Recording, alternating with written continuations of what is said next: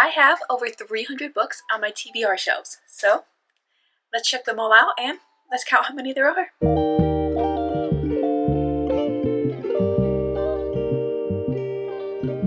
Hello my friends, welcome to my channel, welcome to this week's reading vlog. This week we're not going to be reading, we're going to be playing around with my books. We are going to be going through every single book that I have on my TBR shelf. I'm going to show you what it is, and then I'm going to give you hopefully a one-sentence explanation of what the book's about so that we can keep it really quick. I do have over 300 books on my TBR shelf, so I'm going to try to be very quick with each and every single book, but we'll see how it goes. Fingers crossed. I will say that a lot of these books are going to be fantasy, romance, thriller, and then we're going to have kind of like a mix of puppies, sorry. We're going to have a mix of like a bunch of other genres too. Just want to give you a little heads up of what you're into, so let's get right into it and let's chat every single book on my physical TBR. While I'm doing this, I also do want to make a list of all the books I have so that I can kind of organize my brain. So I'm going to be scanning them into maybe Goodreads, maybe Fable. I want to eventually get them over to Fable, but I think I can scan them into Goodreads easier. So thinking we're going to scan them into Goodreads as we go. That way we can have a list of every single book on my physical TBR and we'll be able to count them up and I'll be able to keep like track of them all. So let's stop procrastinating, let's get right into it, and let's talk about every single book that I'm hopefully going to read soon on my physical TBR. Okay, so I've decided it's too much work to use Goodreads and Fable, so we're just going to bite the bullet and we're just going to use Fable as we go. Because we're going to take our time with it and we're just going to make it work. Do you think that's a good idea? I think that's a good idea, so that's what we are going to do. We're going to create a new list and we're going to go physical. There we go. We have a list ready to go. It says my physical TBR. There are currently 0 books in it, so let's start adding them in. I think what I need to do is I need to start with the books that I am currently reading, so let me grab those for you. These are my current reads. We have 2. We have Heathen and Honeysuckle by Sarah A. Bailey. This is a small town fluffy romance, second chance runaway bride. I guess we're just going to throw out tropes if I can't think of a better way to tell you about it. So we have that one. We also have Milk and Honey by Rupi Kaur. This one is a poetry book about healing and self-discovery. And it is the 10-year anniversary collection edition. So we're going to add those into our Fable and then we'll keep going. Bam! Added. Okay, so I'm not going to just show you me adding it the whole time. Just wanted to show you what I was doing. And now all we're going to do is go through my entire physical TBR and tell you about my books. We are going to go through the books that are currently on my May TBR because I want to keep those set aside for obviously easy reading. I have The Deal by Elle Kennedy. This is a college romance between a hockey player and a tutor. I believe it is spicy. Yeah. We have In Her Own League by Liz Tomforte. This is a professional sports romance between a trainer and an owner. It is against the rules, it is spicy, and it is set in Chicago. It is also, this is a very run-on sentence, but it is also a spin-off to the series for Mile High. This is the start of a series, by the way, start of the off-campus series. Next up, we have Dragon Curse by Elsie Kova. I have this beautiful edition. This one is a young adult fantasy. I don't really know much about it. I just know that there's dragons, and you're either dragon cursed or a dragon hunter. Some of these books I'm not going to know much about because I obviously haven't read them, so I'm just going to be able to give you a one-sentence synopsis of what I know. Next up we have A Stage Set for Villains by Shannon J. Spann. This is a dark fantasy which is set on a stage in which people are competing to be one of the players, and I believe there are some kind of gods controlling the game, or controlling the play perhaps. I have Funny Story by Emily Henry. This is a contemporary spicy rom-com, so like romantic comedy book. It follows 2 people whose significant others realize they're in love with each other and they leave them, so they end up having to move in together and they end up getting involved with each other. Next up I have The Griffin Sisters' Greatest Hits by Jennifer Weiner. This is a women's fiction about 2 individuals, 2 sisters who used to be in a girl band when they were younger, and now that they're older, one of their daughters wants to go into the music world, and she's telling her stories to kind of warn her about what she can expect if that's what she decides to do. And then the final book on my May TBR is Rites of the Starling by Devney Perry. This is book number 2, The Shield of Sparrows. It is a fantasy romantasy series in which there are gods that sent monsters down onto this earth, and our female main character is a princess who is forced to marry a monster hunter and travel across the lands to his lands, and lots of things occur. There's lots of politics, lots of war, and just a lot of secrets going on. This is book number 2. That was book number 1. This is book number 2 to that. I'm not going to tell you anything about book number 2 because obviously no spoilers. And then I also have a book that I'm hoping to read in spring. So this is like my spring TBR, and that is In the Weeds by B.K. Borson. This is book number 2 in the Lovelight series. Book number 1 was Lovelight Farms. This one is set in the springtime. It follows our grumpy farmer and a social media influencer who have had a couple one-night stands, and now they are thrown back together, and I believe romance is about to occur. I also forgot that there's a couple more books that I am in the middle of, so let me throw those your way too. We have Rewind It Back by Liz Tomforte. This is actually book number 5 in the Mile High series. It comes before In Her Own League, and this one follows Rio. He is a hockey player, and it follows Haley, who is a interior designer, and they were childhood sweethearts, and now it is a second chance romance. I also have Fox and I by Catherine Raven. This is a nonfiction book. It is a woman's memoir about her time in the woods and her relationship with a fox. Alright, so those are a bunch of books. I'm going to add them on to Fable, and then I'll let you know what the count we're at. Okay, so next up are what I'm pretty sure was my April birthday month menu, so like my TBR, but it was extra large because I wanted to give myself a lot of books to pick from. Pretty sure I read about none of them, so that went well. But yeah, it's going to be a large selection of books, so let's go through them. Oh, and I'm at 12 books so far. First up, we have The Nightingale by Kristen Hanna. This is a historical fiction book about 2 sisters and their different stories of what they go through during World War II. I believe it is very emotional. Next up, I have Firebird by, oh, I forgot to show you. This is this beautiful special edition. It's the 10th anniversary edition. So it's this beautiful special edition of it. Next up, I have Firebird by Juliet Cross. This is a romantasy book. It is about a dragon hunter, and a woman who they save and then becomes bound to them, I believe. I'm not exactly sure, but I have this really pretty edition of this. I do know this is book number 1 in a series. It is the Fire That Binds series. Book number 2 recently came out, so this is book number 1. I have Babel by R.F. Kuang, an arcane history. This is a historical novel it's a historical fantasy epic that grapples with student revolutions, colonial resistance, and the use of language and translation as the dominating tool of the British Empire. So that's Babel. I have the Book of Azrael by Amber V. Nicole. This is book number 1 in the Gods of Monster series. I have this fancy special edition. This series is a dark romantic fantasy series that begins with immortal enemies that form a reluctant alliance to save the realms, and their unlikely bond will echo throughout time and space. So that's that one.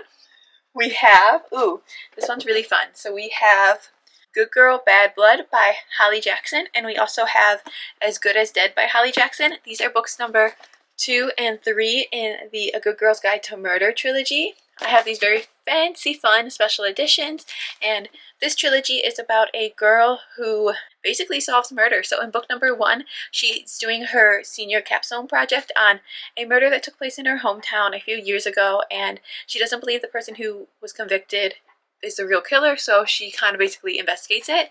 And I believe in these 2 books she investigates 2 different cases. I can't wait to finish that trilogy. I have Honeymoon Phase by Amy Dawes. This is book number 3, I believe, in the Mountain Men Matchmaker novels series. This is a very fun series, and it's a series that is set on a mountain. It follows brothers and their journeys to find love in different ways. There's typically animals involved. They're typically pretty spicy and funny. And yeah, this one follows the 3rd brother, and I believe it is a marriage of convenience to his best friend. Next up, I have Cash by Jessica Peterson. This is book number 1 in the Lucky River Ranch series. This is a cowboy romance series. This book is about a girl, our female main character, her dad recently died and left her a cattle farm, and she has to go home to kind of get it together because she needs the money for her own endeavors. And while she's there, I believe a cattle farmer, the grumpy foreman, is getting in her way. So that one I feel like is going to be really fun, and I think this is going to be a perfect summer read. Next up, I have The Poisoner by Ivy Ophelia. This is book number 1 in a series. I will put the name of the series right here. And this really fun edition. And in this series, it is about our female main character who basically poisons bad men. And one of the men who she tries to poison, it doesn't work. And I think they end up having to team up for some kind of reason. It is the beginning of a series, so I think it's going to be a really fun one. Next up, I have To Cage a Wild Bird by Brooke Fast. This is a dystopian novel about a world where these individuals in a prison, the rich can pay to go and hunt them, and our main character, someone they know and love, is in the prison, so they have to go in there and try to save them. I have this really fun, cute edition. I love stenciled edges. It's so hard for me to resist. Next up, I have the big chunk of a series, and this is just part of the series. This is the Throne of Glass series by Sarah J. Maas. I have book number 1, which is Throne of Glass. I have book number 2, which is Crown of Midnight. I have what technically I think is a group of novellas, which could be considered the prequel, and that is Assassin's Blade. And then I have book number 4, which is Heir of Fire. This is a fantasy series about, honestly, I feel like you all know what Throne of Glass is about, but also I kind of don't as well. It is about a girl an assassin who is summoned to the castle to fight for the king. And she gets into it with the crown prince and the head of the guards, and I believe a whole lot occurs. So I have the first 4, well 3 plus the prequel or novellas for that series. I also have, I made it sound like they are connected. These are not connected. Another book that I have is The Sun Was Electric by Rachel Morton. This is a short little novel. It is about a woman who is unhappy with her life, so she goes to Guatemala and she ends up meeting 2 very different types of women there, and then it's kind of her story of what happens as she gets to know these women. Next up, I have a classic, and that is Around the World in 80 Days by Jules Verne. This is, of course, a story about a man who travels around the world in 80 days. Next up, I have Agnes Albert's Mystical Cat Shelter by Heather Fawcett. This is a cozy, whimsical fantasy about a woman who is looking for a new place for her cat shelter, and the only place where she can find to go and rent it to her only place that she can find, the landlord, why can't I get this out? Too many books, I guess. The landlord is a magician, and they end up going on some kind of adventure together. And then finally I have, which I do want to read soon, and that is The Odds of You by Kate Dramis. This is a contemporary romance about a writer who's going through writer's block and an actor who they accidentally get kind of thrown together in the tabloids, and then they never see each other for a while, and they get thrown together again in a very gorgeous town. Scotland. So that sounds really, really fun. Oh, and I have, completely random, but I have The Backyard Bird Chronicles by Amy Tan, and this is just a book with a bunch of different information and sketches about birds because I'm a bit of a birder. It is a nonfiction book. So yeah, those were a bunch of books that I was hoping to read in April, and I did not. So let me add those to my list, and then we'll keep going. Okay, we are going to be moving on to my actual bookshelf. So I'll be starting with this little bookshelf that I have right here that you guys can't see.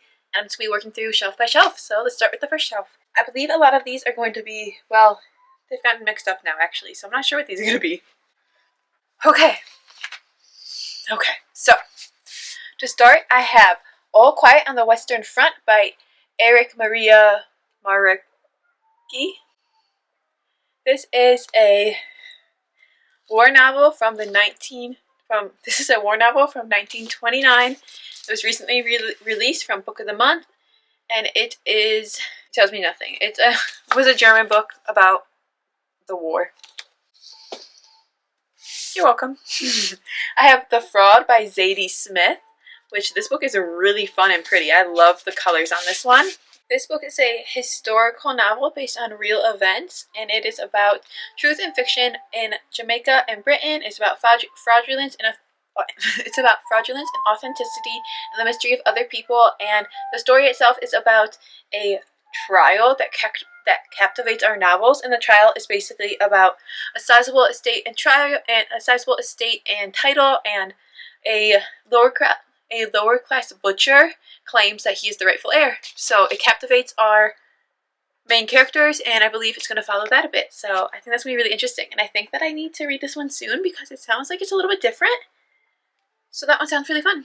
Next up, I have The Circus Train by Amita Parikh.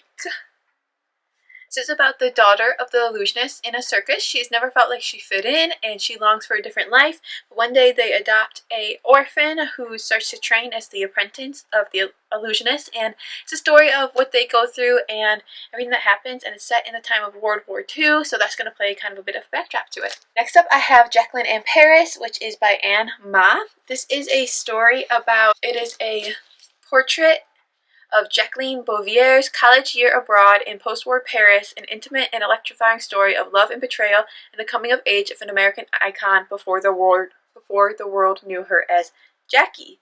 So it is about Jackie before she became all that she became. Next up is The Family by Naomi Krupitsky. This one follows two different women and their families and everything they go through when one of their fathers disappears. It kind of tears them apart, and then it goes through how their lives are different as they become women and they start to raise families. And yeah, so it's about female friendship and how kind of life can impact it. Next up, I have November Road by Lou Berney. This one says it's set against the assassination of JFK, a poignant and evocative crime novel that centers on a desperate cat and mouse chase across 1960s America, a story of unexpected connections, daring possibilities, and the hope of second chances. That sounds really fun and good and a little bit different. Next up, I have a whole collection of Volume 0 from Book of the Month. I maybe fell behind on reading them. So I have issue 7, 8, 9, 10, 11, and 12 of Book of the Month issue 0. So if you don't know, Book of the Month is a subscription box, and they also have a secondary subscription that you can get where you can either buy them when they come out, or every other month you can get their short stories sent to you. So I have a whole bunch of those short stories, and each one has, I think, 6 short stories from different authors, and they're all a little bit out there and all a little bit weird, and they're really fun and they're really interesting. But they have recently, if you can't see, rebranded. So when they got to issue 11, so after the first 10, they decided to change it into the new lit scene, so it's trying to be more kind of like a magazine. So it's definitely a little bit different. It used to be just like short stories, and now they've added in kind of like advertisements and stuff. So just keep that in mind. But they are just a collection of short stories. There's 6 in each of them, and they just are different authors, and they're a little bit out there. They're a little bit weird, and yeah, I always think they're really interesting. I have read the first, obviously, 6 of them, and I really liked them. So we have a whole bunch of these on our TBR that we need to read. And we need to read them soon because they've just stacked up, haven't they? Next up, I have The Great Alone by Kristen Hanna. This is a historical fiction novel about a family who is in crisis and they end up moving to Alaska. It is set in 1974. I just love the cover of this one. I think it is so pretty. I also have The Women by Kristen Hanna. I really need to get into my Kristen Hanna era. I'm just a little bit intimidated.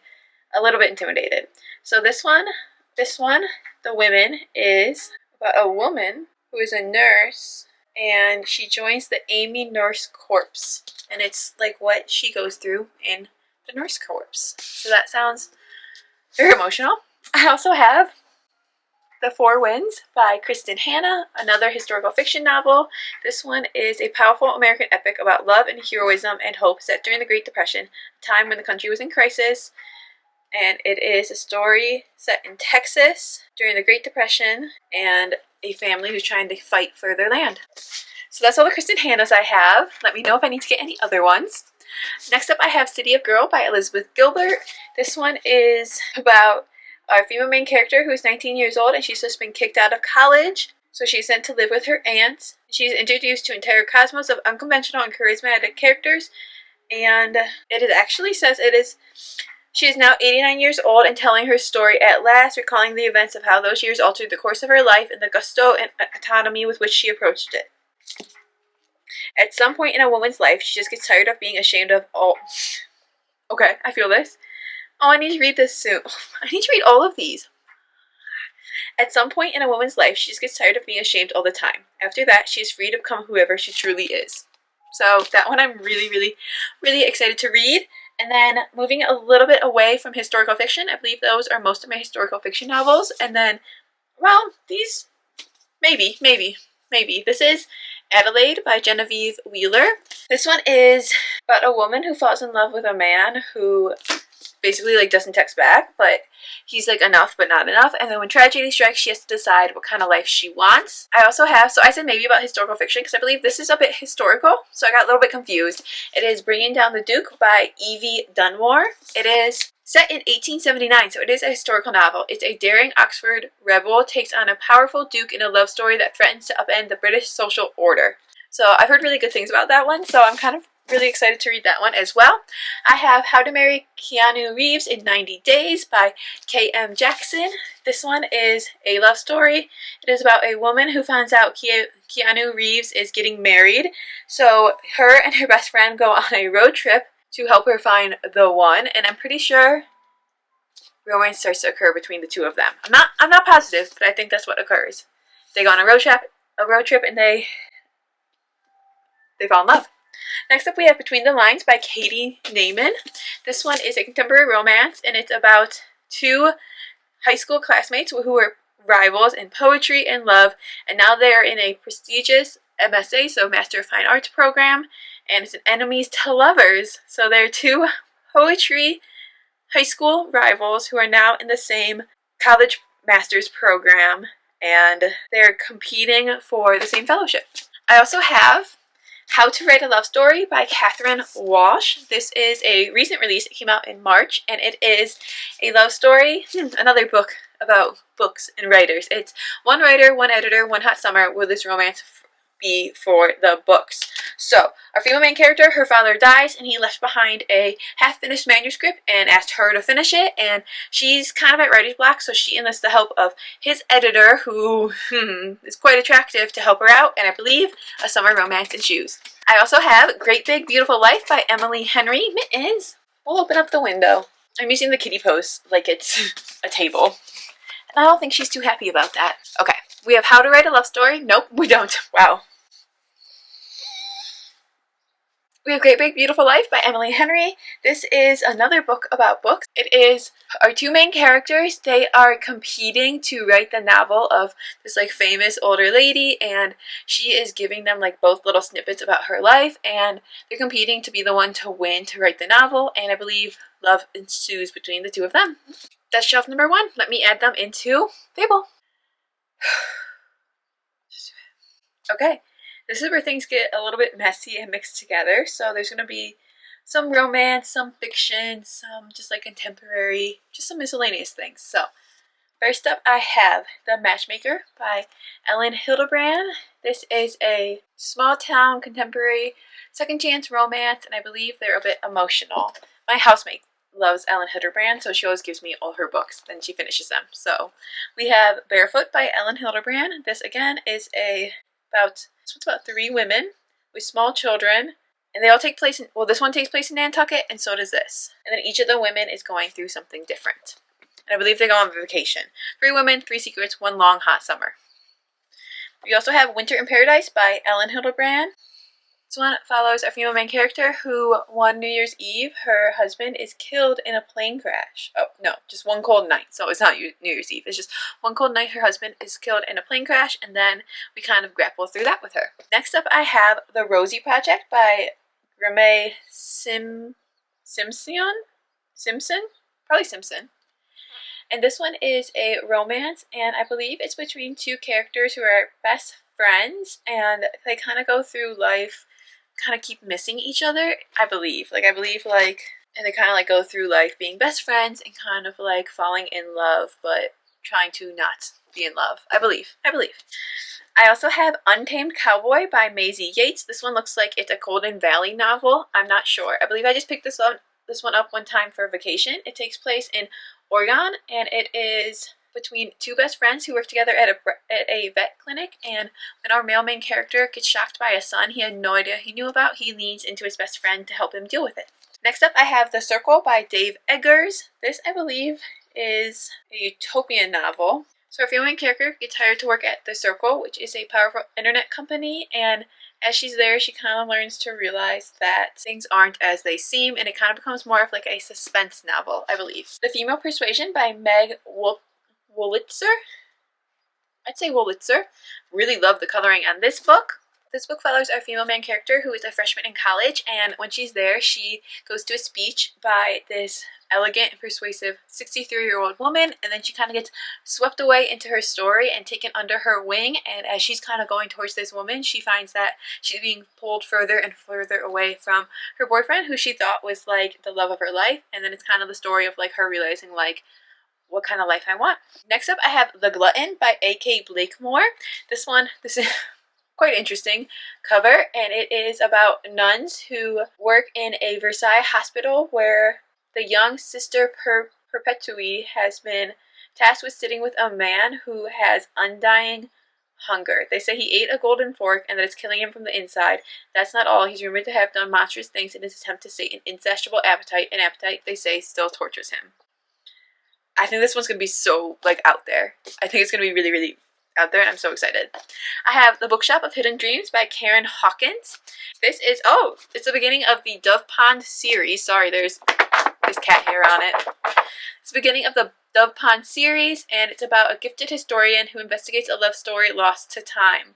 So our female character finds love letters from the 1890s, and she believes that they're the key to understanding why like something happened in the town, so she kind of goes and seeks out answers from them. Fun, right? Okay, next up I have The Book of Lost Hours by Haley Gelfuso.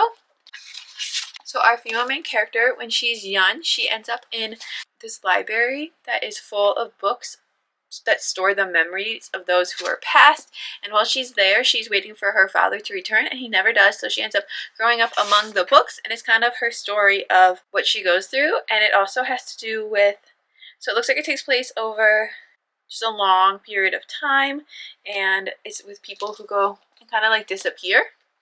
I have so many books on this TBR that like I kind of remember what they're all about, but also I kind of don't remember what any of them are about, which is why I'm making this list in Fable, so that I can better pick what I want to read. So next up I have Mystique Island by Sarah McCoy. This book takes place in 1972.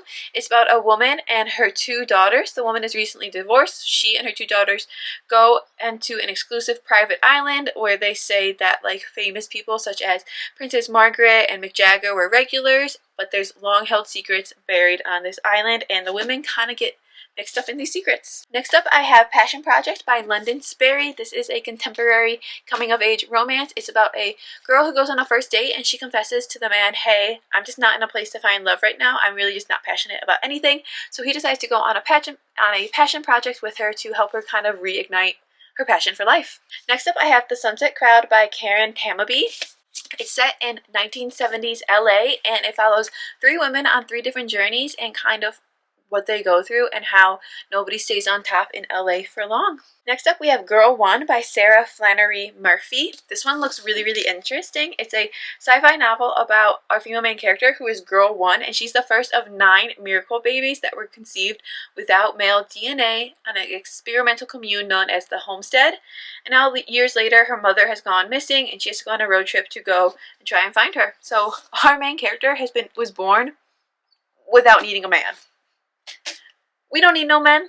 Next up we have Lucy Checks In by Dee Ernst. This one looks so, so cute. It is a coming-of-age novel about Lucia Giannetti. She was the manager of a New York City hotel, but something happens where the manager disappears, and so her life falls apart. It's now 2 years later, and she gets the chance to go and work in France at the Hotel Paradis. So she goes and she moves to France, and she tries to bring the hotel back to its former glory. So it's a coming-of-age novel, and it's going to be a girl in a new country, and I just think it's going to be a really, really fun one. I love being able to like go to new places with people and watch them grow and develop. I think that's such fun storylines. Next up, look at how pretty this one is. It is gorgeous. I have Awake in the Floating City by Susanna Kwan. Your girl's been talking for too long. It's an utterly transporting debut novel about the unexpected relationship between an artist and the 130-year-old woman she cares for, two of the last people living in a flooded San Francisco of the future, the home neither is ready to leave. So basically, San Francisco is flooded, which is why it's a floating city, and it follows our two main characters and them trying to, like, survive in this flooded, floating city. Next up, I have Babylonia, which I love this cover, by Costanza Casati. This one is a fantasy, I guess, a fantasy novel about a common woman, the governor she married, and the king who loved them both. It's about an empire of gods and men and the one queen destined to rule them all. So it is a story that weaves together myth and ancient history about Semiramis, the only female ruler of the Assyrian Empire, a voice charting her captivating ascent to a throne no one promised her. So that sounds interesting and really good. Can't wait to read that one.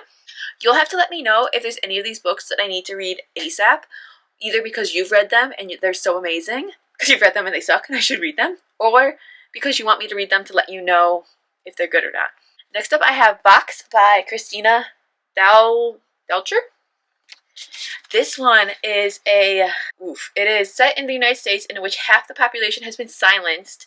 Vox is a harrowing, unforgettable story of what one woman will do to protect herself and her daughter. So women are no longer allowed to speak more than 100 words a day. Yeah, literally, women cannot speak more than 100 words a day, and then they're not permitted jobs, and then they're not taught to read or write. So this book is about that, which sounds so horrifying and very interesting. Next up, I have The Unthinkable Greta James by Jennifer E. Smith. Again, beautiful. Beautiful. That is summer. This is summer, so this is going on the summer TBR. But we have an indie musician reeling from tragedy in a public breakdown reconnects with her father on a week-long cruise in this pitch-perfect story about the ways we recover love in the strangest of places. I feel like that tells you everything you need to know. The People We Keep, again, gorgeous, by Allison Larkin. Look at this cover. Look at this cover. That's so pretty. That's so pretty. It is set in Little River, New York in 1994, and our female main character is living in a motorhome that her father won in a poker game. And she borrows a neighbor's car to perform at open mic night, but she realizes that her life could be much bigger. So she stuffs her stuff in the car and she leaves. She moves through the world, meeting people who feel like home, chronicles her life in songs she writes, and discovers what she came from doesn't dictate who she has to be. Basically, she steals someone's car and runs away from her terrible life. That sounds very fun and very interesting. We have Happy and You Know It by Laura Hankin. This one is a dark, witty page-turner about a struggling young musician who takes a job singing for a playgroup of Let's start that over. A dark, witty page-turner about a struggling young musician who takes a job singing for a playgroup of overprivileged babies and their effortlessly cool moms, only to find herself pulled into their glamorous lives and dangerous secrets. So I'm not much of like a kid person, but this one just sounded really fun and really interesting. So yeah, can't wait for this one. This one's from 2020, so we gotta get that one read soon. I have The Cartographers by Peng Shepherd. Girl's getting excited because this has been happening for a while now. So, it's a highly imaginative thriller about a young woman who discovers the strange map in her deceased father's belongings holds an incredible, deadly secret, one that will lead her on an extraordinary adventure into the truth about her family's dark history. Cartographers are map makers. So, we have Once There Were Wolves by Charlotte McConaughey, who, by the way, wrote Wild Dark Shores. So if you loved Wild Dark Shores, she wrote this novel first. This one is about a individual in Scotland who's tasked with introducing 14 gray wolves into the remote Highlands. What? A farmer ends up dead. Everyone blames the wolves, but she doesn't believe that they are responsible. I think this one's going to be good, but I'm a little terrified that it's going to be heartbreaking for the wolves. Because it's called Once There Were Wolves. So I'm a little terrified to read this one. I have to be ready to just scream and kick a wall. We have On the Rooftop by Margaret Wilkerson Sexton. Very pretty. This one follows a novel of music, love, and the colliding dreams of mothers and daughters in gentrifying 1950s San Francisco. So it's about three women who are sisters, and they're also the Salvations, which is a female group, but now that they're getting older, they all kind of want different things in life. We have Mad Woman by Chelsea Biker. Biker? I before E. When E and I go walking, the second does the talking. Becker? A gripping story of motherhood, mother loss, and the brutal, mighty things women do to keep themselves and each other alive. So it's about a female main character who receives a letter from a women's prison in California, and then it kind of jumps back and forth between her young life and what happened then and her present day life in Oregon, and she's finally forced to kind of deal with her childhood trauma, I believe. And then we have Darling Girl by Liz Michalski. Ooh, it's a Peter Pan kind of retelling. It's a reimagining. So a woman must take on Peter Pan, who is not the innocent adventurer of the fairy tales we know, but actually she needs to take him on to save her daughter. So he is the bad guy in this novel. It's a Peter Pan retelling about saving her daughter from Peter Pan. We have The Wicked by Rebecca Johnpy. It's the beginning of a series, I believe. I have to look that up, but I believe it's the beginning of the series, and I'll put the series name on them. And it's about I believe it's a mafia romance, oh, okay. So he is head of a mafia family, and she is from a notorious gang of thieves in the country. When a job goes wrong, she must basically work for him to pull off a big heist. Ooh, I hate you. We have One and Only by Maureen Gu. This is a contemporary romance novel, and it is about a family of Koreans who now live in Los Angeles, and their family business is basically they can see who someone's soulmate is. Our female main character saw who her soulmate was, but never met him, so now she's on the brink of 40, and she decides to just impulsively have a one-night stand with a 28-year-old, and then it turns out the 28-year-old's boss is supposed to be her destined. That one sounds so fun. Falling Like Leaves by Misty Wilson. This one is a fun, oh, there's a bookmark in there. A fun fall romance. I have it personalized. This is a fun fall small town romance, and it's set in Connecticut in Bramble Falls, and it's set during the Falling Leaves Festival. So it sounds really, really cute. We have The Golden Couple by Greer Hendricks and Sarah Buchanan. I'm going to say Buchanan. So our main couple in this book is the perfect couple until she is unfaithful on him, and now they go to therapy to try and fix their relationship. If not for anything, for the sake of their 8-year-old child. We have Most Eligible by Isabel Engel. This one is so cute. It reminds me of The Bachelor. I believe it is, yes. So in this, our female main character is she is going on a reality romance TV show to write a killer expose on the producers, but then she ends up falling for someone backstage, or like behind the scenes. We have The Love Haters by Catherine Center. This one looks so cute. I have so many summer books that I'm going to need to really dig into this summer. It's a thin line between love and love-hating. So our female main character is about to get fired from her job, but instead of getting fired, she has one last chance to save it, where she has to go and write a profile on Tom Hutchinson, which is a Coast Guard rescue swimmer. But the issue is that she's not exactly qualified. So that sounds really cute. She has to go and write an expose on someone about something she has no idea about. And it looks like the Coast Guard rescue swimmer, she works with his brother. So I think there might be a little bit of a I don't know if there's going to be a love triangle. That would be interesting. We'll have to see. But yeah, that one looks really fun for summer. I have The 4 Engagement Rings of Sybil Rain by Hannah Brown. This is part of an interconnected standalone series. I don't know if there's a series name. I'll put it right here. But book number 1 is Mistakes We Never Made. And I feel like if you're going to read that one, you're going to want to read this one, because this one follows the best friend of the main character from the first book, and it follows basically her life and why she's had 4 failed engagements and how she got to where she is in the first book. I have The Boyfriend Project by Farah Roken. So our female main character finds out through Twitter that she has been catfished by her boyfriend, who has been 3-timing her. So she gets in contact with these girls, and they now become besties. They make a pact to spend the next 6 months investing in themselves, no men and no dating, and she basically meets someone at work who she wants to date. Next up, I have One to Watch by Kate Stamen London. So our female main character is a stylish plus-size fashion blogger. Can I say those words? Hopefully you can understand what I'm saying.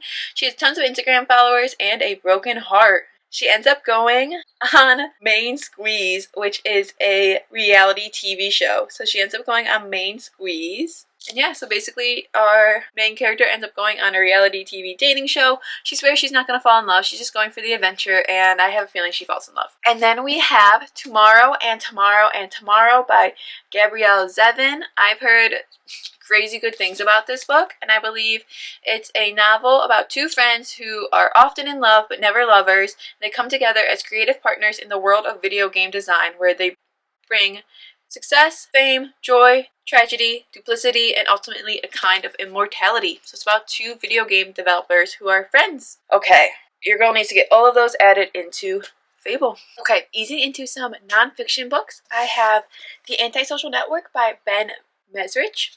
This is a nonfiction book about the GameStop short squeeze and the ragtag group of amateur traders that brought Wall Street to its knees. So I don't know if you guys remember, but GameStop was basically like going out of business, and then a bunch of people went and bought stocks in it, and it suddenly rose super fast. So this is about that. I have Group by Christy Tate. This is again a nonfiction book about therapy and a woman's experience going to group therapy and how it saved her life. I have Bittersweet by Susan Cain. This is about how sorrow and longing make us whole. We have Complications by Atul Gawande, which is literally a surgeon's notes on an imperfect science. So it's a book about a surgeon. We have Wild by Cheryl Strayed? Whatever, close enough. We have Wild by Cheryl Strayed, and this is about a woman who walks the Pacific Crest Trail after the death of her mother. It's very popular. You guys probably know that one. We have Many Lives, Many Masters by Brian L. Weiss. This is a story, a nonfiction book. It's not a story. It is a true story of a psychiatrist and his young patient and the past life therapy they went through where he could remember past lives. Sounds very interesting. I have Andromeda by Therese Bowman. This, I think, is fiction, actually. I think this is a work of fiction, but it's about a young editor develops a close bond with her boss in this novel about the tension between tradition and modernity, and expectations and reality. It's about, like, a workplace romance. I don't know why that's in my nonfiction books. That's not nonfiction, but we have Save the Cat Writes a Novel. This is literally, it's by Jessica Brody. This is literally a book about writing a novel. Gives you tips and tricks. This is World of Wonders by Amy, this is the one I can't pronounce, friends. Nezhukama. Look at this last name. Look at this last name. No, it's obviously someone from a different country than me, but it is Amy Nezhukamatalatil. There you go, guys. Read it yourself. This is a book. It literally has like a bunch of little short like snippets about different astonishments of the world. It says in praise of fireflies, whale sharks, and other astonishments. Rambo's trying to eat all my stuff. We have Eastern Body, Western Mind by Anodia Judith. And this is a book that explores psychology and the chakra system in your body, and which is like the energy systems in your body, and a path, using it as a path to yourself. We have, you can tell I have a bunch of different interests, can't you?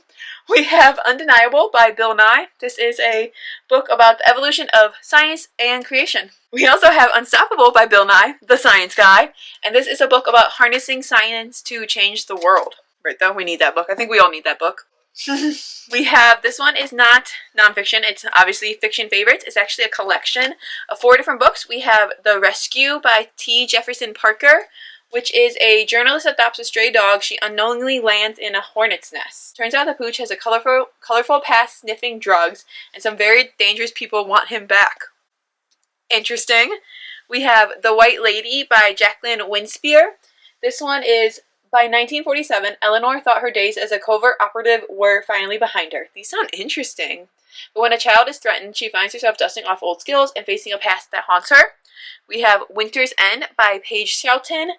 This is Winter may be over, but tough times still lie ahead for the residents of remote Benedict, Alaska. A beloved young woman is missing, and old grudges and deadly secrets may be at play. And then, I don't think this really fits into the collection at all, in any way, but we have When in Rome by Sarah Adams. And it says, those are all literally like thriller mysteries, and this one is, what could a pop music megastar and a small-town pie shop owner possibly have in common? Their lives may be light years apart, but perhaps their hearts can find the same universe. So that one's a romance. These are all like mystery thrillers, which is hilarious to me, but very funny. And then I have Working Stiff by Judy Melinek and TJ Mitchell, which is about, it says 2 years, 262 bodies in the making of a medical examiner. So I believe it's about a forensic pathologist. Very interesting. And then finally I have Falling into Grace by Adyashanti. Falling into Grace. And this is a book about spiritual awakening and using that to let go of the struggles of life and end of delusion and the discovery of our essential being. So yeah, we're going to be enlightened. So those are most of my nonfiction books. And I am officially at 106 books. Oh, go away. Go away. Go away. Stay, but go away. Okay. 106 books on my physical TBR. And all we did was my little bookshelf. So, going well. Okay, we're going to move on to this bookshelf right here behind me. I'm going to start at the bottom. So we're going to be starting with some thrillers. Okay, the hair's officially up because, yeah, we've been doing this for a long time at this point. Like, my partner got an entire oil change and plus more done since I started this. So yeah, we've been working on this for a while, but let's get right into our thrillers. We're going to start with a couple authors that I really love. I have Then She Was Gone by Lisa Jewell. Our female main character lost her daughter, who literally just disappeared 10 years ago, and 3 years after that, her marriage fell apart. Ever since then, she's kind of just been trying to piece her life back together. Recently, she met a charming man named Floyd, and she gets to know his family, and his youngest daughter looks surprisingly like her missing daughter. So that sounds really interesting. We have The Family Upstairs by Lisa Jewell. This book follows our female main character. She just turned 25 and she finally gets a letter that tells her who she is. It tells her who her parents are, where she was born, and that she's the sole inheritor of some kind of dilapidated mansion. So she goes to this mansion and we kind of learn like who she is and how she got to be where she has and what happened to her when she was a baby, where she ended up without any parents. And then I have None of This Is True by Lisa Jewell. It says, when a famous podcaster interviews a stranger promising to divulge the story of a lifetime, secrets emerge that threaten to expose the truth of the lives they've both worked hard to protect and project. So it's about a podcaster and an individual who she interviews, and then that individual kind of intertwines throughout her life. I have A History of Wild Places by Shay Earnshaw. So our male main character, he has an unusual talent for locating missing people, which he can do with just one object. So his newest case, he's searching for a woman named Maggie St. James, and it brings him to a place that's only a legend known as Pastoral, which is a reclusive community founded by like-minded people searching for a simpler way of life. So he goes searching for a woman, and he ends up in like a community of individuals who are just living a little bit differently than society. I have When We Were Bright and Beautiful by Gillian Medoff. It's an electrifying, twisty, and deeply emotional family drama set on Manhattan's glittering Upper East Side that explores the dark side of love, the limits of loyalty, and the high cost of truth. So our female main character, her brother is on trial for rape, and she doesn't believe that he did it, and it kind of follows like this storyline. Next up I have, so basically Lisa Jewell I really like. I thought that there's going to be more favorite authors. These are just kind of like a mix and a match of authors. So, not bad. But we have Anatomy of an Alibi by Ashley Elston. This one is about two women who decide to switch places one night for various reasons, and then the next morning, one of the women's husbands is dead, and one of them has an alibi, and the other one doesn't. I have You Belong Here, You Don't Belong Here by Megan Miranda.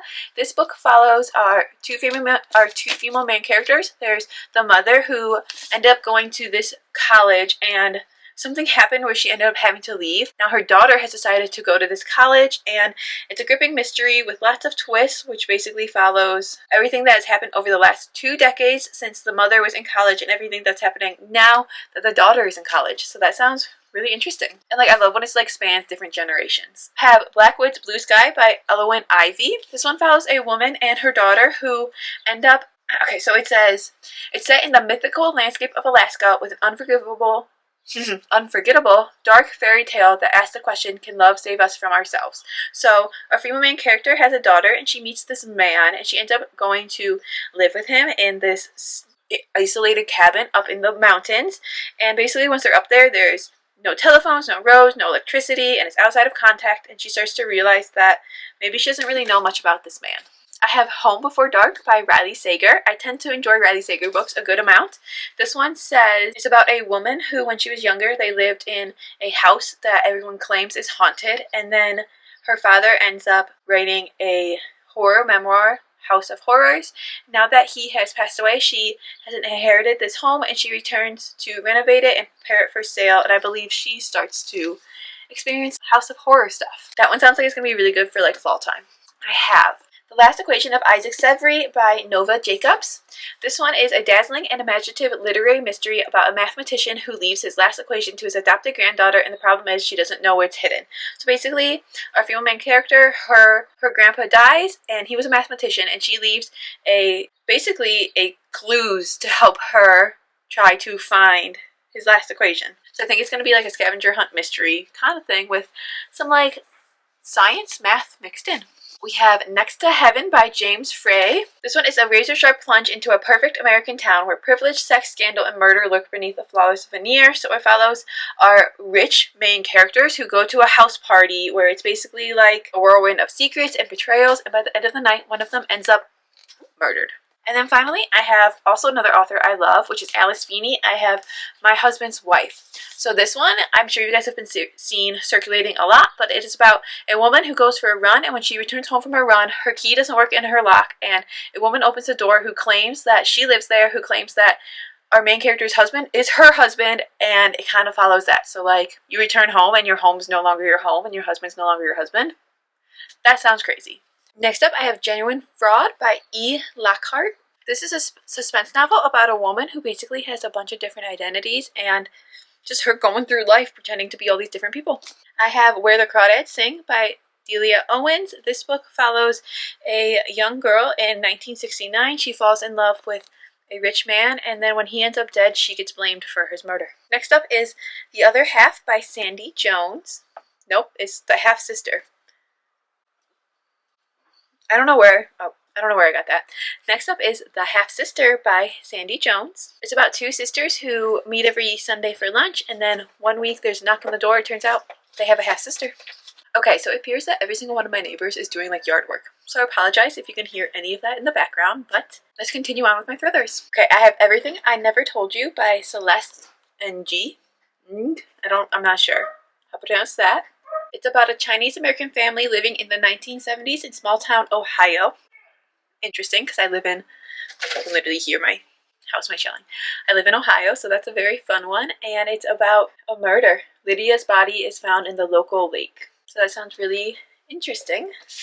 I love that it's set in literally Ohio, the state in which I live. I have Anywhere You Run by Wanda M. Morris, and it says Your Past Will Find You. It's a gripping, suspenseful novel in which, after the murder of a white man in Jim Crow, Mississippi, two black sisters run away to different parts of the country, but can they escape the secrets they left behind? Sounds really good. Again, I love a complex story where maybe the characters are a bit gray, but also like the societal system is also a bit gray. 'Cause isn't it? I have Killers of a Certain Age by Deanna Rayborn. This one, I believe, is about older women who are serial killers. Okay, it says, they spent their lives as the deadliest assassins in a clandestine international organization. But now that they're 60 years old, 4 female friends can't just retire. It's kill or be killed in this action-packed thriller. So they were assassins, and now they can't just retire. It's kill or be killed. Very interesting. We have The Casual Vacancy by J.K. Rowling. So when Barry dies in his early 40s, the town of Pagford is left in shock. It's an English town, and it's basically just a novel about the town and how they react after this individual dies. I also have The Cuckoo's Calling by Robert Galbraith, which is J.K. Rowling's like pen name, and it's a brilliant debut mystery in a classic vein. Detective Cameron Strike investigates a supermodel's suicide. So a supermodel seemingly commits suicide, but that's not necessarily what happened. So Strike, a Cameron who lost his leg in Afghanistan, is investigating it. And it says, you may think you know detectives, but you've never met one quite like Strike. You may think you know about the wealthy and famous, but you've never seen them under an investigation like this. So that sounds really fun and interesting. I also have The Silkworm by Robert Galbraith. It says, a compulsive, readable crime novel with twists at every turn. It's the second in a highly acclaimed series. Oh, these go together. Featuring Cameron Strike and his determined young assistant. So I guess we're back with Cameron Strike in this one, and he is investigating a novelist's disappearance. Moving on, I have one by a very, very popular author who I've actually never read anything by, and that is Frida McFadden. The book is Never Lie. This one follows newlyweds who are searching for the house of their dreams. They found it when they visit a remote manor, which belonged to a known psychiatrist who disappeared years ago without a trace, and a violent storm traps them at the estate, and the house begins to lose its appeal. Very interesting. I've heard very good things about that one, so I think we're going to need to read that one kind of soon. I have The Newcomer by Mary Kate Andrews. This one is about a woman whose sister is murdered, and she thinks it was her ex-boyfriend or husband, I'm not sure, it just says her sleazy ex, and she is determined to keep her 4-year-old niece away from custody, so she and her niece basically run away. Just Another Missing Person by Gillian McAllister. It's a heart-stopping thriller in which a missing person case unravels deeper, darker secrets that hit too close to home, can only lead to more danger for the detective in an impossible moral choice. What will she do? I also have The Lies We Told by Camilla Way. It's a dark psychological suspense that explores how the closest to us have the most to hide. It's about a daughter, it's about a son, and it's about a life that's been built on lies. Continuing on, I have The Wilder Women by Ruth M.E. Lang. Ooh, it's an Ohioana Book Award finalist. And it's a new cast of ordinary characters with extraordinary abilities. And it's about the Wilder women. A mother disappears, and her 2 daughters, the older of which can see the future, go on an adventure to try and figure out what happens to her. Sounds very, very, very interesting. We have The Soulmate by Sally Hepworth. It's a thrilling, addictive novel about marriage, betrayal, and the secrets that push us to the edge in this latest book. And it's about a couple who lives on a house next to some tall cliffs, and unfortunately these cliffs are where people go to commit suicide, and one day they know the victim of who goes there to try and off themselves. Next up, I have No Exit by Taylor Adams. This one's about a determined young woman who must unmask and outwit a vicious psychopath in this tense and clever tale of suspense. It's set in Utah, about a college student with a dying mother, and in a desperate attempt to go home, she goes out into a storm and finds a little girl locked in an animal crate. I also have ooh, that's really loud. Is Rami still there? Much better.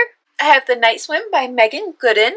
In this one, a true crime podcast host covering a controversial trial finds herself drawn deep into a small town dark past and a brutal crime that took place there years before. There you have it. One more stack of thrillers. Whew. I have The Distant Dead by Heather Young. In this one, a middle school teacher goes missing, and it's basically a story of trying to figure out what happened and how the town and the individuals in it are impacted. I have Pretty Little Wife by Darby Kane. This one is about our female main character. She lives in a small college town in which slowly individuals start going missing, including students and her husband. I have Long Bright River by Liz Moore. This one is a story about 2 sisters who travel the same streets through their lives but couldn't be more different, and then one of them goes missing, and it's set in Philadelphia. We have Sweet Little Lies, which is by Kaz Freer. This one is a gripping mystery set in London, and it introduces readers to a voice in crime fiction, and it's about a 26-year-old who has a troubled childhood. She is now a detective constable. Then one case suddenly links to a girl that she had met when she was younger, and she becomes a little bit obsessed with it. Next up, we have You're Invited by Amanda Jayatisa. This story is about our female main character who's invited to her best friend, her childhood best friend's wedding, who is marrying her ex-boyfriend, and then when they're there, she gets accused of murder. We have Forget Me Not by Stacey Wilmington. This is about a young woman who needs a bit of an escape from her life, and what she does is she goes and she decides to spend a summer at Galloway Farm, which actually happens to be the last place her sister was seen before she vanished. We have The Guest List by Lucy Foley. This book is set on a remote island in Ireland, and it takes place at a wedding in which is the wedding of the year, but someone will not be surviving it. I have, oh wait, this is book number 2 technically. I have The Last Thing He Told Me and The First Time I Saw Him by Laura Dave. These are 2 interconnected books. This is the first one, and then this is technically a prequel, but it came out afterwards, so read this one first, I would assume. This one is about a woman whose husband disappears and she is left with her stepdaughter and they're trying to figure out like what happened to him. And then this one is, I guess, the beginning of their story. Oh, it's a sequel. And it was a movie. Okay, so I guess I thought it was a prequel, but I guess it's 5 years later. So 5 years later. Okay, let me look. Those, no, wait. Oh, wait, hold on. I'm so sorry. We have a whole nother set of thrillers. Like, I'm not sorry, but like I lied about being done. So we have one more stack of thrillers. So let's keep it going, shall we? I feel like we're on a roll. We have The Anomaly by Michael Rutger. This book follows our male main character, who is a rogue archaeologist who is hosting a documentary series that real experts dismiss, but it's loved by conspiracy theories, and then he decides to retrace the steps of an explorer from 1909 who claimed to have discovered a mysterious cavern high up in the ancient rock of the Grand Canyon. So that sounds really interesting. And I've been to the Grand Canyon, so that would be really fun. I have The English Wife by Lauren Willig. In this book, our couple seems to have an idyllic life. They live in London, England. They have twin 3-year-old girls. But then the husband is found dead with a knife in his chest on the night of a ball, and Annabelle goes missing, presumed drowned. The papers go mad, and the sister forms an unlikely alliance with a reporter to try and figure out what happens. We have Our Kind of Cruelty by Araminta Hall. So this is about our male main character who had a terrible childhood, but he created a lonely, content life for himself until he met our female main character, Verity, who kind of basically brought sunshine into his life, except now she's not returning his calls, she's not returning his emails, and he's still a little bit obsessed with her. It sounds really, really good. That one I think is going to be a little crazy.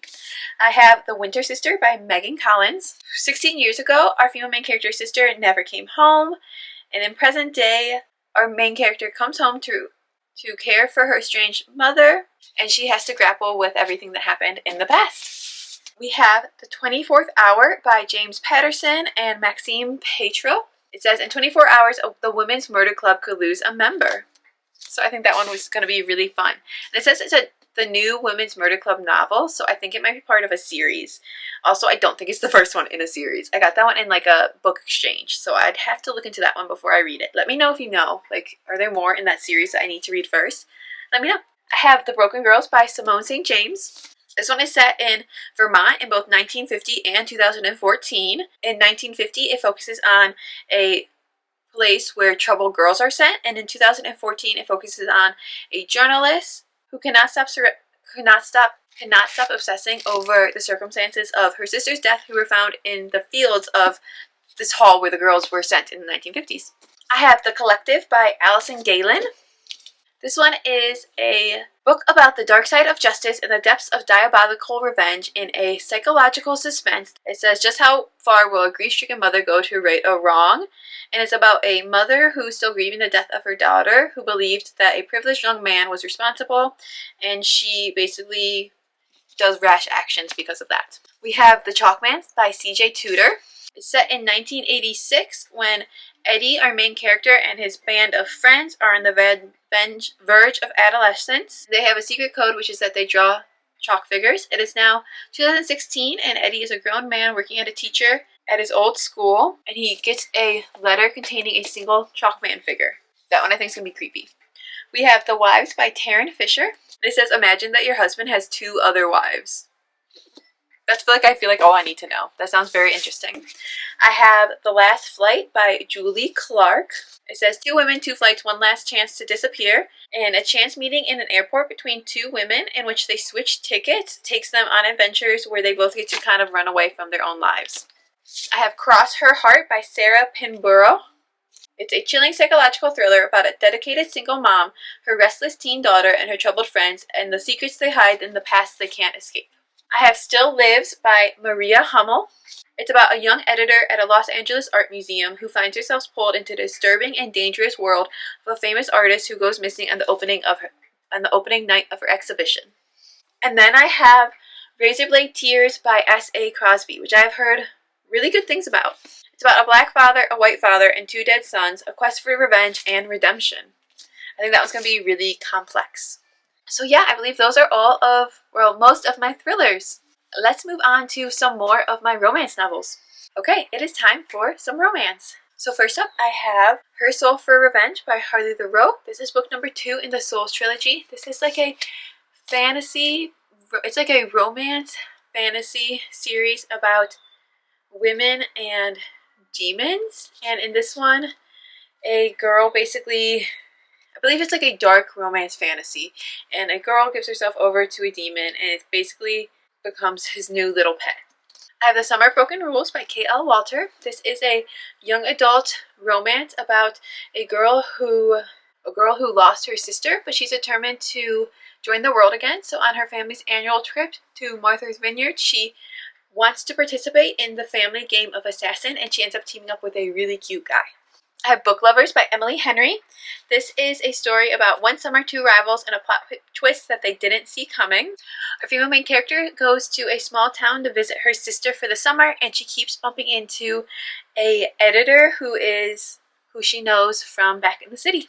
I have Made for Each Other by Lynn Painter. In this book, our female main character is a maid, and she's cleaning a rich client's apartment when his parents come home and accidentally mistake her for his girlfriend, and then the rich client, who kind of needs a cover-up, asks her to be his girlfriend. Fake girlfriend.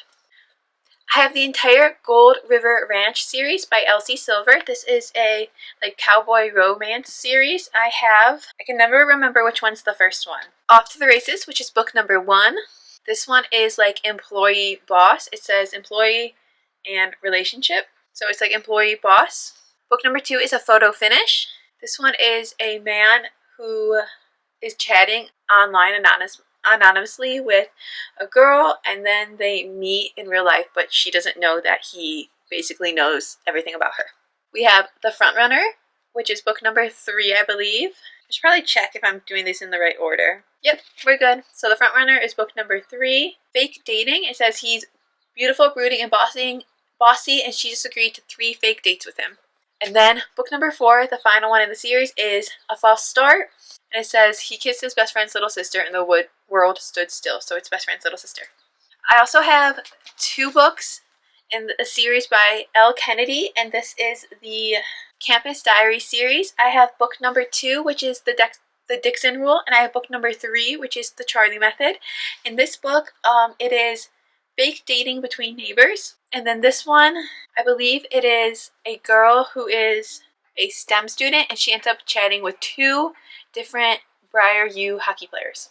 I have 2 books by B.K. Borson that I don't know what the series is called. I don't know what the series is called, so I'll put it right here. But the first book is called First Time Caller, and this one is about a radio show host and a single mother whose daughter calls into the show and says, "My mother needs help finding a date," and basically I think the radio listeners eat it up, and they make it like a series trying to help her find a man. And then I also have, and it's based off of Sleepless in Seattle, the movie. This one is based off of When Harry Met Sally, and it's about 2 competing meteorologists, so weather people, and they end up having to go to chase something together, I believe, and they're like enemies to lovers. I have The First Time for Everything by K.L. Walter. This again is a young adult romance, and it follows our female main character whose brother just got engaged, who she's super shocked by, and one night she's hanging out with the bride-to-be and the bridesmaids, and they decide to try and find her a date for the wedding. I have One Golden Summer by Carly Fortune. This is interconnected to, I believe, Every Summer After.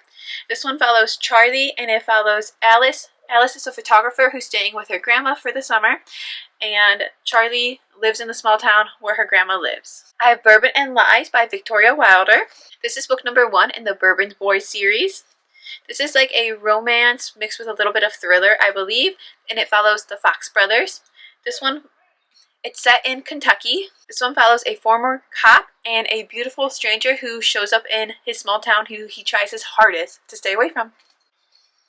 Continuing on, I have a whole stack here, most of which, I will say most of which because it's not true, they're not all, but a bunch of which are like dark romances, and then a couple other romances. So I have Sweet Venom by Rena Kent.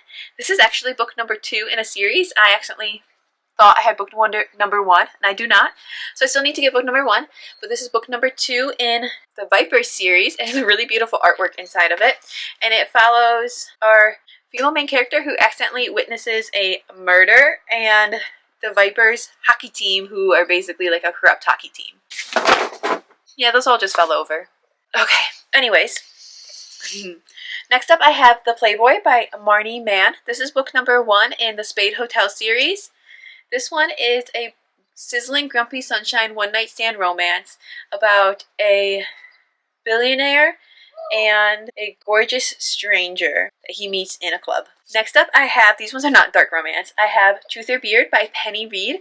This is book number 1 in the Winston Brothers series, and it's about a female main character who ends up in the middle of a confusion between two twins where she thinks she's falling for one but she ends up kissing the other, and then she's like, wait, who am I supposed to be with? That sounds like fun. And then book number 2 in the Winston Bros series is Grin and Beard It, also by Penny Reed. It says she's America's sweetheart and he's the town pariah. And it's between Sienna, who's everyone's favorite fat, funny lady from Hollywood, who ends up lost in the Great Smoky Mountains National Park, where she meets our male main character, who is full of southern charm. Back to dark romance, I have Bad Bishop by L.J. Sheen. Beautiful edition. Did I show you? Guys, I didn't show you. So, Grin and Beard It have these pretty colorful edges. And then the Playboy has like this fun, like, I'm in the club edges. So we got Bad Bishop, which has this gorgeous bishop on the edge. This is a dark mafia age gap romance between our female main character, who was sold off by her father to our Irish mafia prince, who is a psychopath extraordinaire male main character. Next up, by L.J. Sheen, I have Truly Madly Deeply, which is book number 1 in the Forbidden Love series. This is a second chance romance. It says this old flame might just set them on fire. I also have book number 2 in the Forbidden Love series, which is Wildest Dreams. And this is Best Friend's Baby Sister. And finally, so these are all they're all dark romances. And then finally, book number 3 in the trilogy is Handsome Devil. And it says, I made a deal with the devil to save my mother, but is it really hell if I love the way it burns? So it's Marriage of Convenience. Okay, continue on. Ugh. Continuing on, I have the first 5 books in the Kings of Sin series by Anna Huang. I have book number 1, which is King of Wrath. This one is a Marriage of Convenience, I believe. I think so. Next up, I have King of Pride, which is book number 2. It's between, I think it's like enemies to lovers, and he has a membership at the exclusive club where she bartends, so it is off limits. I have King of Greed, which is book number 3. It said he had her, he lost her, and he'll do anything to win her back, so it's a second chance romance. I should get into the series. Book number 6 has released, but I do not own it yet. I would like to own it soon. I have King of Sloth, which says he never wanted anyone enough to chase them until he met her. And it's about our male main character who's supposed to take over his family's empire, but he has no interest in it. And Sloane, who is a publicist, and she's forced to work with him. And then finally, I have book number 5, which is King of Envy. And this one says he had everything he could have wanted except her, and it's about a billionaire and a supermodel. So that sounds really good. So I have the first 5 books in this series, and like I said, book number 6 has released. I just, unfortunately, don't own it yet. Let's continue with series. I have the entire Dirty Air series by Lauren Asher. This is a Formula 1, car racing series. Book number 1 is, no, that's book number 4. Book number 1 is Throttled. This one follows Noah and Maya, and she is his teammate's sister. We have book number 2, which is Collided. This one follows Sophie and Liam. He is Formula 1's golden boy, and she is his fantasy brought to life, but she is part of the rival team. We have book number 3, which is Wrecked, and this follows Jax and Elena. He is addicted to pills, alcohol, adrenaline, and he needs her to babysit him and basically get his image back in order. And finally, we have book number 4, Redeemed, which follows Santiago and Chloe. Santiago made one mistake that is ruining his career, and when Chloe accidentally ends up in his house, he asks her to be his fake girlfriend to help him clean up his image. So that's that entire series. I also have the Gods of the Game series by Anna Huang, and There's only 2 books out right now. We have book number 1, which is The Striker, and we have book number 2, which is The Defender. Book number 1 follows Asher and Scarlett. He is the darling of the Premier League, and she is a former prima ballerina whose career got cut short because of an accident, and she is helping to cross-train our male main character, because I believe she is the sister. Yeah, she's a sister of like a teammate. And then there's the Defender, which is book number 2, and it follows the captain of the football club, but he ends up sharing his flat with the coach's daughter, who is a sports nutritionist. And so it's like forbidden romance, coach's daughter. That sounds cute. These sound like summer reads. Definitely gonna have to split this stuff up so that I know like what to read when. Next up I have what's actually book number 2 in a series, and it is, I'll put the series right here, but it is He Knows When You're Awake by Alta Hensley. Book number 1 was He Sees You When You're Sleeping. This is a dark romance Christmas book about a jewelry designer and a billionaire who backs her company. I also have, a little bit controversial, but I have It Starts With Us and It Ends With Us by Colleen Hoover. This duology, which is basically a romance novel, and I believe it's about an abusive relationship, I think. Another very popular series that I have been buying up is the Boys of Tommen series. So I have book number 1 in this gorgeous edition, and this is Binding 13. It is Johnny and Shannon's story. From what I know of this series, it is high school students and very tragic lives and their love and rugby and a whole lot of emotions. So I have Binding 13, which is book number 1. I have, oh, these are not in order. Okay. I have Keeping 13, which is book number 2. This is Johnny and Shannon's second book, so they each couple gets 2 books in the series. This is book number 2 for Johnny and Shannon. I have book number 3, which is Saving 6. These are all of these are by Chloe Walsh, obviously. So I have Saving 6, which is book number 3. And these are Joey and Alfie's. I'm not sure how to pronounce her name.